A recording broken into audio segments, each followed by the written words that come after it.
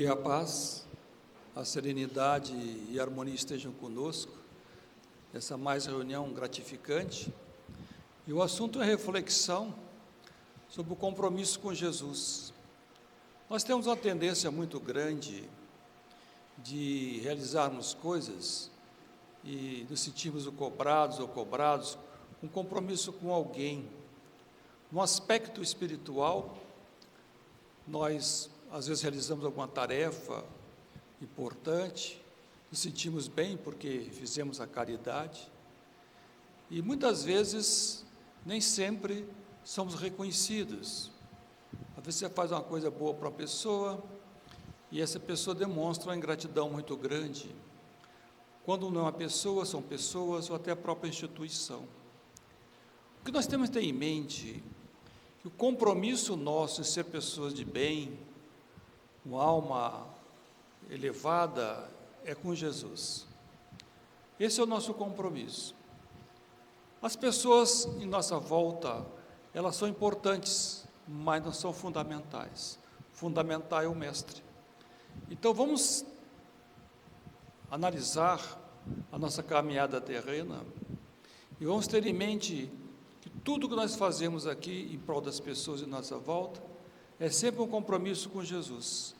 O bem que é feito, se a pessoa reconhece ou não, não importa. Nós fizemos, como Jesus nos ensinou, o amor incondicional, aquele que não precisa nem de um muito obrigado, nem um sorriso. É o compromisso de fazer o bem, vibrando em sintonia com o nosso Mestre. Logo que Jesus fez aquele sermão lindo na Galileia, chamado Sermão das Bem-aventuranças, é o caminho para a felicidade, como ser feliz. E nesses 9 itens que ele aborda, ele dá o caminho que todos nós temos que seguir.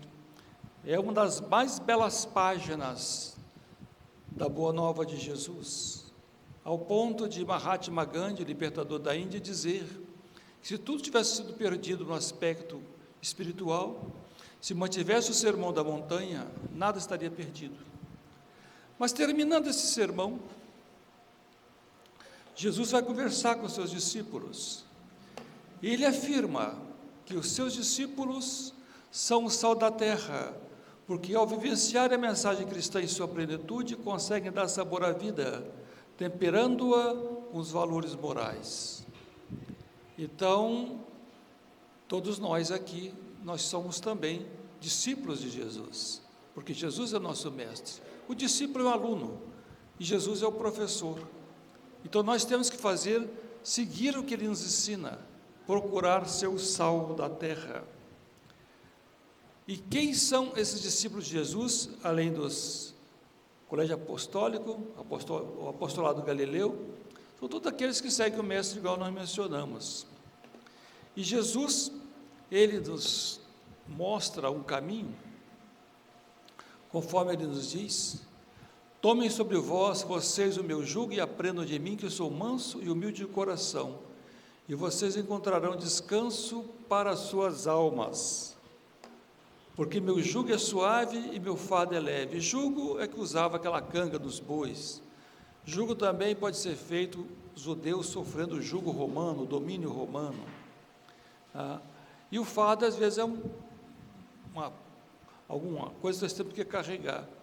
E o jugo de Jesus é leve, é suave, porque é a absorvência das leis. E o fardo é leve porque é o amor. Ora, o fardo e o jugo.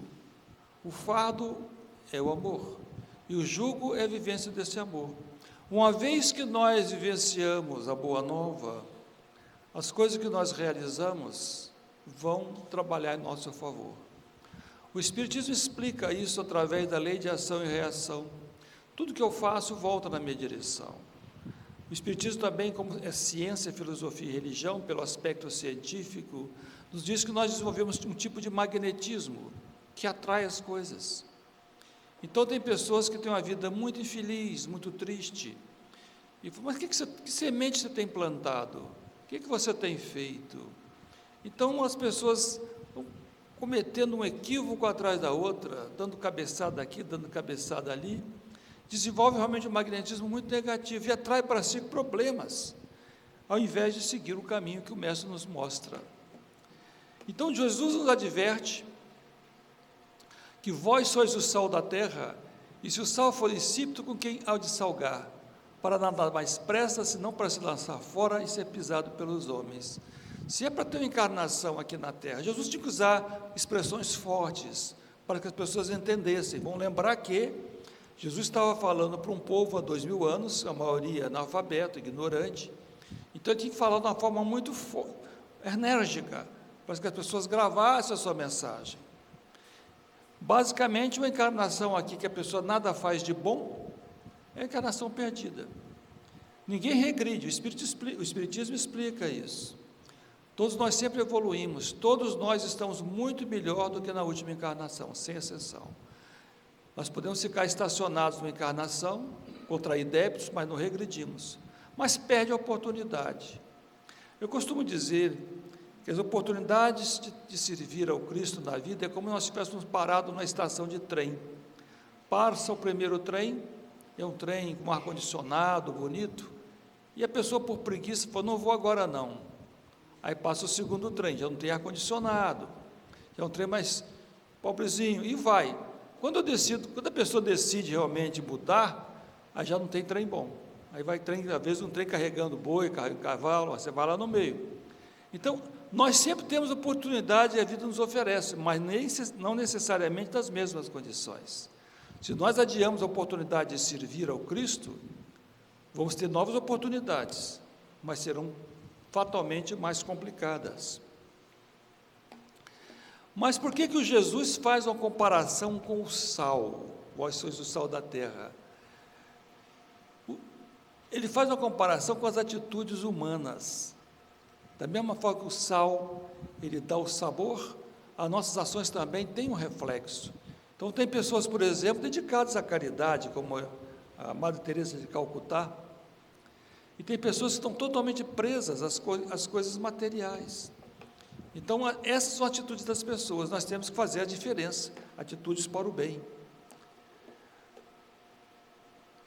E o sal destaca o sabor nos alimentos, é fazer a diferença, como nós mencionamos, e a gente sempre pode fazer caridade. Eu coloquei aqui como exemplo, um prato de comida, ajudando uma pessoa idosa, mas a caridade tem várias formas de serem feitas. Começar dentro do próprio lar, a paciência, a tolerância, não guardar rancor, não guardar mágoas, saber perdoar, ser indulgente, ser um cidadão honesto, um cidadão de bem, ser educado, enfim, a caridade tem 1000 faces que podem ser desenvolvidas. Alguém que desempenhe esse papel precisará estar preparado para essa tarefa, entusiasmo em servir. Nós espíritas, nós sabemos que somos espíritos imortais.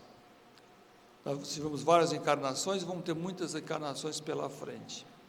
Nós sabemos também que Deus é um Pai bondoso, misericordioso, caridoso conosco, e tudo que vem em nossa direção é para nosso bem. Se não vem mais que nós gostaríamos, é porque não é o momento, não é a hora. Às vezes as dificuldades são necessárias para nós evoluirmos, o aprendizado que temos que passar aqui na Terra é o polimento.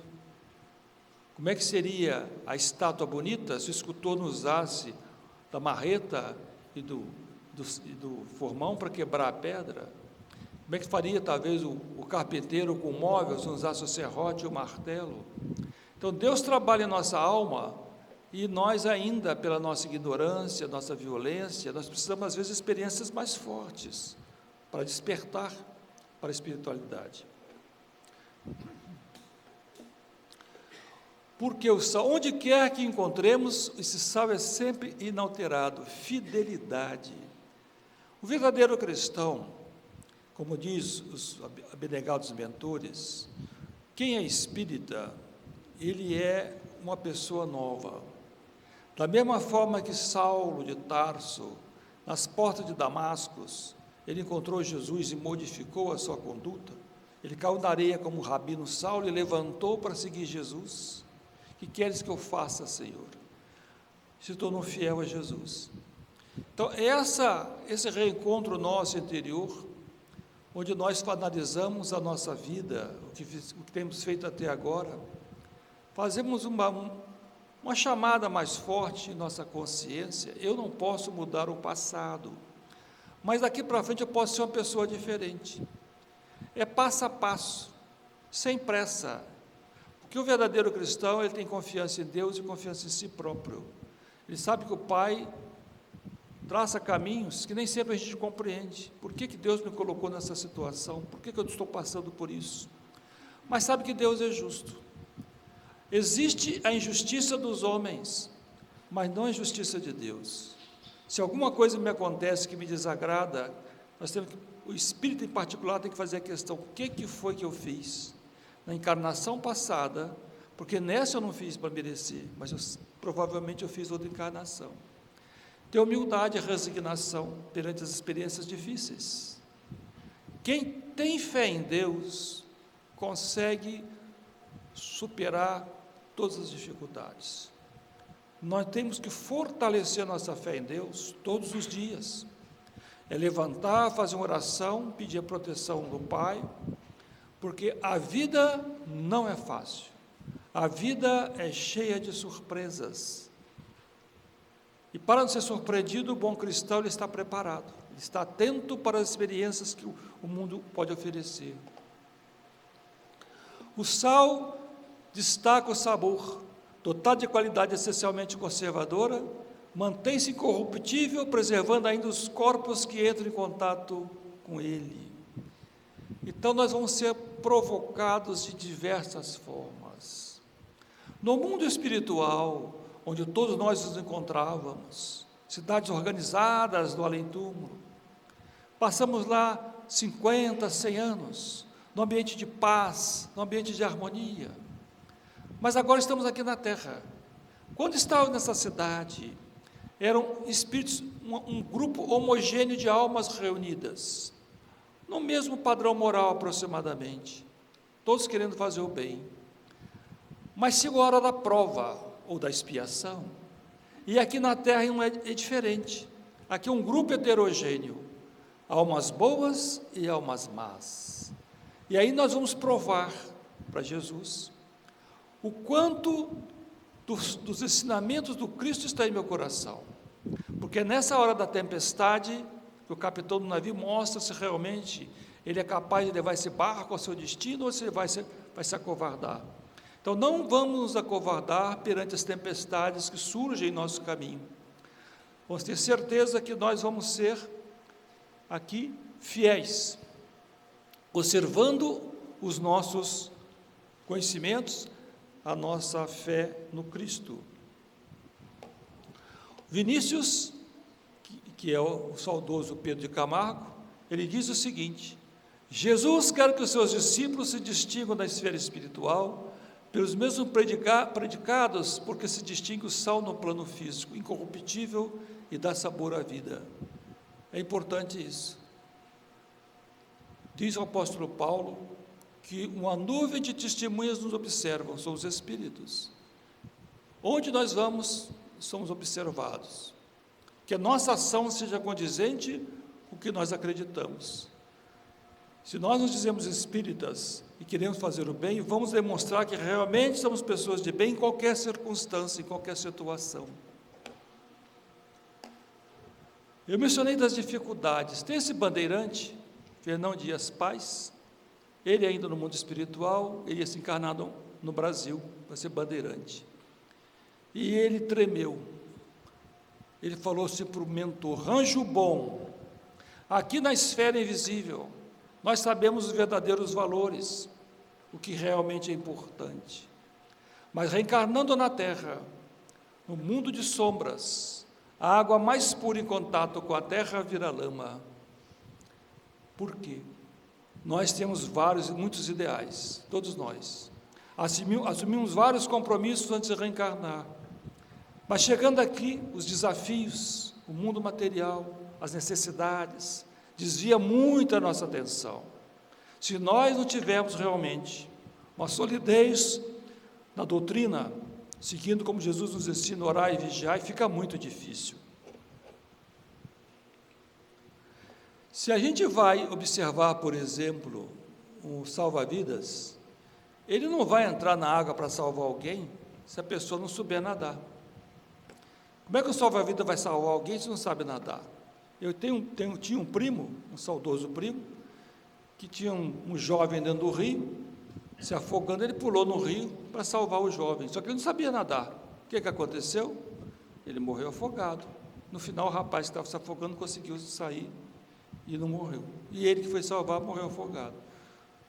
Se alguém vai subir uma montanha, tem que se preparar para subir a montanha. É difícil, tem técnicas. Se nós queremos enfrentar os desafios da vida, vamos nos preparar. Por isso que a frequência à casa espírita, o estudo do espiritismo, a leitura de boas obras é fundamental. Na antiga Grécia tinha um dizer, lá no templo do deus Apolo: conhece-te a ti mesmo. Conhece-te a ti mesmo. Sócrates usava muito essa expressão. Se eu não me conhecer, como é que eu vou mudar a minha conduta? E Jesus disse: e conhecerão a verdade vos libertará. A verdade sobre nós. Então nós temos que aprender a avaliar as nossas limitações e superá-las.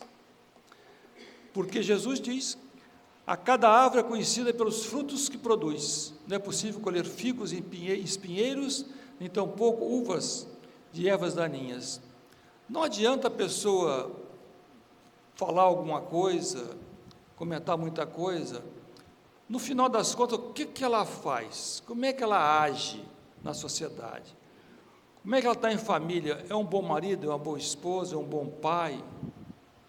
É um bom trabalhador no local onde se encontra? Então, esses são os frutos que a pessoa vai colocar. Só o conhecimento e só a frequência espírita não adianta. Em várias encarnações nós frequentamos outras instituições religiosas. Nós transferimos as responsabilidades de mudar a nossa conduta para o pastor, para o rabino, para o padre. O espírita não é assim. A responsabilidade é nossa de fazer essa modificação. E nós temos um mundo, hoje, 30 bilhões de espíritos, é a população da Terra. 8 bilhões encarnados e 22 bilhões no mundo espiritual, no mesmo padrão moral. E diz então o irmão Jacó no livro Voltei, que 1/3 dessa população, ela está do nível irracional, mudando a irracionalidade para a inteligência. Outro 1/3 da inteligência para a razão, e 1/3 da razão para a humanidade. Somos nós que estamos nesse 1/3 ainda. Já desenvolvemos bem a nossa inteligência, temos agora também, agimos com razão, na maioria das vezes, e agora estamos desenvolvendo nossos sentimentos. Então, você vê que é uma população muito heterogênea. Quando eu entro em contato com alguém que fala alguma coisa que me desagrada, de forma injusta, ou tem uma ação que me incomoda também, você não sabe o nível espiritual que está aquele irmãozinho, o nível moral que ele se encontra. A ignorância dele não permite agir de forma diferente. Então, o espírito em particular, ele deve desenvolver muito a sua paciência, a sua tolerância e a sua caridade, compreendendo que as agressões que acontecem nesse mundo estão muito devido ao nível espiritual dos espíritos que nós encontramos no dia a dia. E o nosso saudoso Bezerra de Menezes, ele chama a atenção. No passado, os cristãos enfrentavam os leões, a tortura dos Césares, nos circos romanos, mas os desafios hoje são diferentes, mas também não são pequenos. Diz Bezerra: enfrentais no momento dificuldades que se multiplicam, tendes pela frente desafios inumeráveis. Lobos vestem-se de ovelhas para ameaçarem o rebanho, permaneceis vigilantes. A vigilância que Bezerra pede para a gente ter. Olhos abertos perante a vida, não vão ser tão ingênuos. Quando o nosso Emmanuel conversou com Chico, logo no início da sua missão de médium, e o Chico perguntou o que ele precisava fazer para ser um verdadeiro cristão, o Emmanuel disse: olha, você vai ter que estudar muito, trabalhar muito, e ter disciplina, disciplina e disciplina.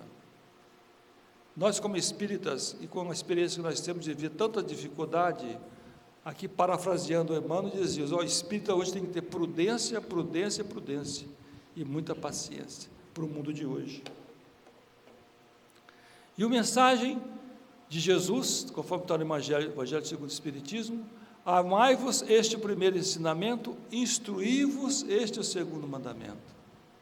O amor em primeiro lugar, mas também a instrução, o estudo do Espiritismo. Por quê? Como é que eu vou tomar a decisão correta se eu não tenho conhecimento? Como é que eu vou saber o que é certo ou errado se eu não tenho noção do conhecimento básico do Espiritismo? Então é importante amar, ter o amor, mas também ter o conhecimento. Quando Alice no País das Maravilhas, essa obra tão bonitinha, ela vai lá no País das Maravilhas, vai perguntar ao gato malhado qual o caminho que ela deve tomar. Era uma trilha, tinha duas opções. E o gato pergunta para ela, né, onde é que você quer ir? Aí Larissa fala assim, eu não sei. E ela está no país estranho, está no País das Maravilhas. Aí o gato fala, se você não sabe para onde é que você vai, qualquer caminho que você pegar está bom. Nós espíritas temos que saber qual o caminho que a gente vai tomar. E isso é através do autoconhecimento, é através do estudo e através do amor. Então, a situação dos espíritas, conforme diz o médium Raul Teixeira, mensagem da mãe dele, Benedito Maria. A verdade é que não tem sido simples para as ovelhas ainda aflitas do rebanho de Jesus converter-se em sal da terra. Olha, os Espíritos reconhecem isso. Ninguém está dizendo que é fácil. Raul Teixeira usa uma frase muito bonita que eu gosto. Ele diz o seguinte: Espiritismo não é para qualquer um, é para quem pode. Ser espírita é renúncia. Ser bom, tolerante, humilde, implica em renúncia. Renunciar pelo Cristo. Então, se nós queremos ser o sal da terra, que é o discípulo de Jesus, nós temos que aprender a renunciar a muita coisa para seguir o Mestre. E nós temos aqui um problema sério, que afeta não só nós espíritos, afeta toda a humanidade.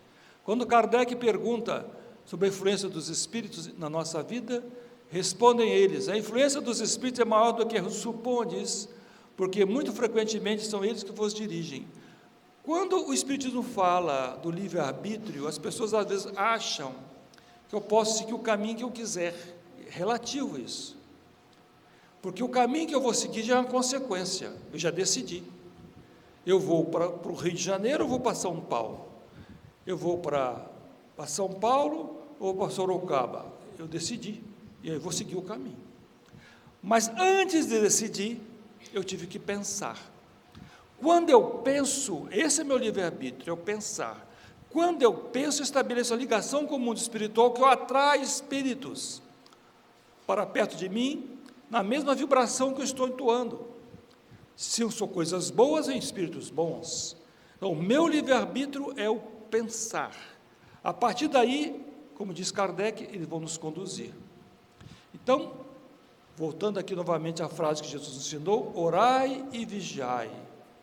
Orai para ter as energias e vigiai os pensamentos. Pensamentos elevados sempre. Consequência, devido à vigilância, nós sintonizamos com as sombras. É como a tomada e o plug. O plug vai encaixar na tomada certinho por afinidade. Se eu pegar uma tomada diferente, não vai encaixar. Então, essa consequência tem um resultado de obsessão que segue conforme os interesses do umbral. Infelizmente, o principal alvo são os espíritas. Por que isso? Olha, gente, se vocês acenderem uma luz na chácara, você reparou como é que fica a lâmpada, os bichinhos em volta da lâmpada? Aquela nuvem de insetos. Quanto mais nós iluminamos a nossa alma, conforme diz o Cristo, que brilha a vossa luz, mais também despertamos a atenção de quem está à nossa volta, que vão nos procurar. Alguém pode dizer, mas Álvaro, mas eu não estou querendo esses espíritos atrasados em meu caminho. Acontece que eles vão estar no nosso caminho como um teste, uma prova para nós. Nós podemos ensiná-los a serem pessoas boas. Uma vez eu era muito jovem, eu reclamei isso para o mentor da casa, que eu vi alguns espíritos me acompanhando depois da reunião mediúnica. Eu falei, mas por que esse espírito está me acompanhando? Aí o mentor falou, meu filho, estou aprendendo com você. Embora as minhas limitações para eles são mais limitados do que você, deixe te acompanhar, vão aprender com você. Então, eles vão nos acompanhar, aprendendo conosco. Não vamos nos preocupar com isso, que nós também temos os espíritos protetores que estão conosco. Então, as influências espirituais da obsessão coletiva, e tem um problema do sequestro noturno que eu vou explicar. Então, como a antena vibrando, ela atrai esses espíritos. E nós, quando dormimos, saímos do corpo físico e nos projetamos fora do corpo. E vamos estar em sintonia em planos conforme a nossa densidade moral. Disse Eli Schubert, no livro Obsessão de Obsessão, durante o sono, o obsessor age com mais intensidade e entra em sintonia com a sua vítima, dando ordens e sugestões. Então, eu vou dormir, meu corpo espiritual deixa o corpo físico e se projeta para um plano mais elevado ou um plano inferior. Depende de como eu estou vibrando.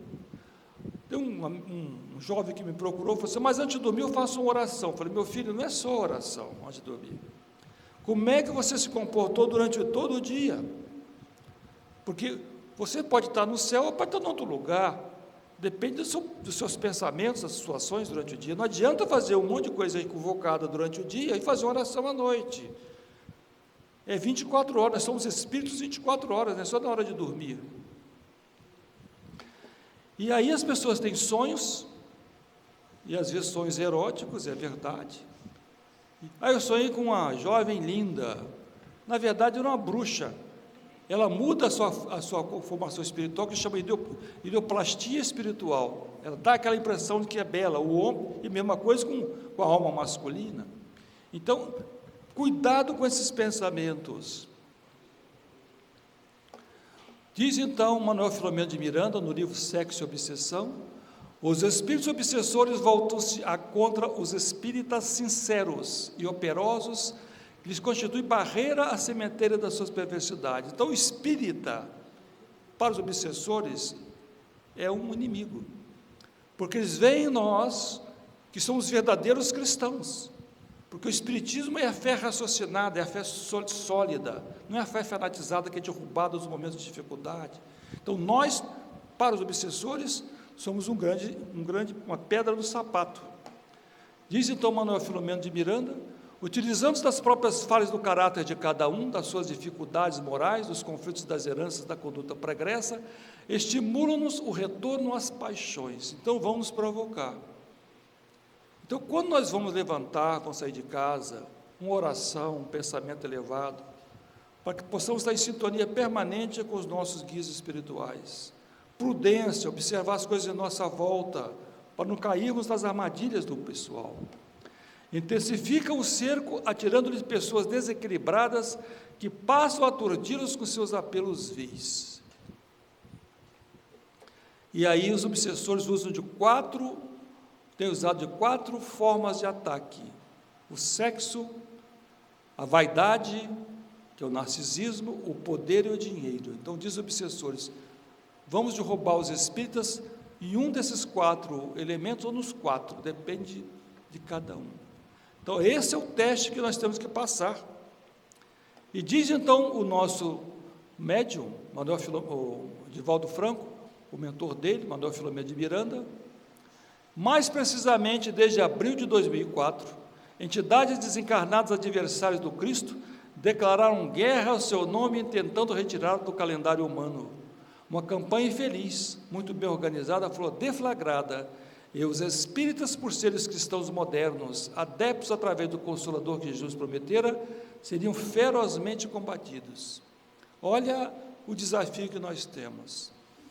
Então, a casa espírita tem que alertar, não colocar medo, mas ter prudência na nossa maneira de nos conduzir.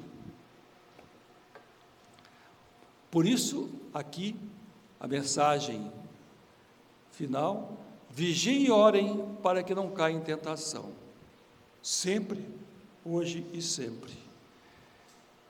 Quando Jesus fala, vós sois o céu da terra, então, a imagem do sal simboliza o imperativo do equilíbrio das emoções, bem como a utilização dos valores morais e intelectuais de que já dispomos, com segurança para que possamos cooperar na tarefa que nos é confiada. Se os discípulos do Cristo são o sal da terra, não devem se tornar insípidos, isto é, corruptíveis ou contaminados pelas influências superiores que os afastam da vivência do Evangelho. A pessoa que desperta para o Cristo é ativa, não se abate perante os fracassos e enfrenta com bom ânimo os desafios da vida. Só quem se nutre dessa dinâmica incansável consegue atingir as metas delineadas. Por isso que Jesus disse: aquele que perseverar até o fim será o salvo. Não vamos desanimar, vamos trabalhar arduamente na conquista dos valores espirituais. Quando ele diz, o Cristo pergunta aos seus discípulos: que fazeis de especial? O que nós fazemos em relação aos outros cristãos, às outras correntes? Nós temos essa bagagem espírita maravilhosa. O católico vai na igreja, o evangélico ao templo, o judeu na sinagoga, e nós, que conhecemos o verdadeiro cristianismo. Como nós estamos nos comportando na sociedade? Diz Emmanuel, então, sobre isso: em face, pois, de tantos conhecimentos e informações dos planos mais altos, a beneficiar os nossos círculos felizes de trabalho espiritual, é justo ouçamos a interrogação do Mestre: que fazeis a respeito? O que nós estamos fazendo da doutrina espírita que nós recebemos, tão bonita? Alguém que desempenha o sal da terra precisa desenvolver a paciência e a compreensão. Aí estão os exemplos, como Chico Xavier, a paciência, a tolerância, a compreensão que ele tinha, que nos inspira. Ser indulgente é saber perdoar, sempre. Ter olhos de ver e ouvidos de ouvir, a fim de que mesmo com dores na alma consiga ressaltar o lado bom das coisas. Olhar sempre o lado positivo à vida, com todas as dificuldades que ela apresenta. Na condição de condimento, o sal deve ser utilizado de maneira adequada, de modo balanceado, para não tornar a alimentação insípida. Nós vamos desenvolver a nossa inteligência, mas não vamos deixar de desenvolver os nossos sentimentos. E diz Raul Teixeira, é se deixar conduzir sob a inspiração de Jesus, de modo a não perder a oportunidade, desperdiçando o ensejo de cumprir fielmente o papel que lhe foi confiado. E o mestre nos tem, o Bezerra de Menezes, uma mensagem muito bonita sobre o momento atual da Terra. Ele nos diz: vivemos o momento da renovação social prevista pelo emérito codificador, como sendo a etapa última que o Espiritismo vivenciaria na Terra, inaugurando o mundo de regeneração. Para que isso pudesse acontecer, compreensivelmente, as dores atingem graus superlativos, convidando a criatura desatenta à responsabilidade a respeito do seu destino na Terra. Então, a Terra está difícil, é a situação de transição planetária que estamos atravessando, não vai ficar muito fácil, mas nós temos condição de superar, desde que possamos permanecer atentos às nossas responsabilidades. E glorifique o vosso Pai que estás nos céus, conforme diz Jesus, e Emmanuel e o Espírito Memei nos traz: a vida só será realmente bela e gloriosa na Terra quando pudermos aceitar por nossa grande família a humanidade inteira. Vamos entender que todos nós somos irmãos da mesma família, do mesmo Pai, que é Deus. Muito obrigado pela atenção. Passa a palavra para o dirigente da noite.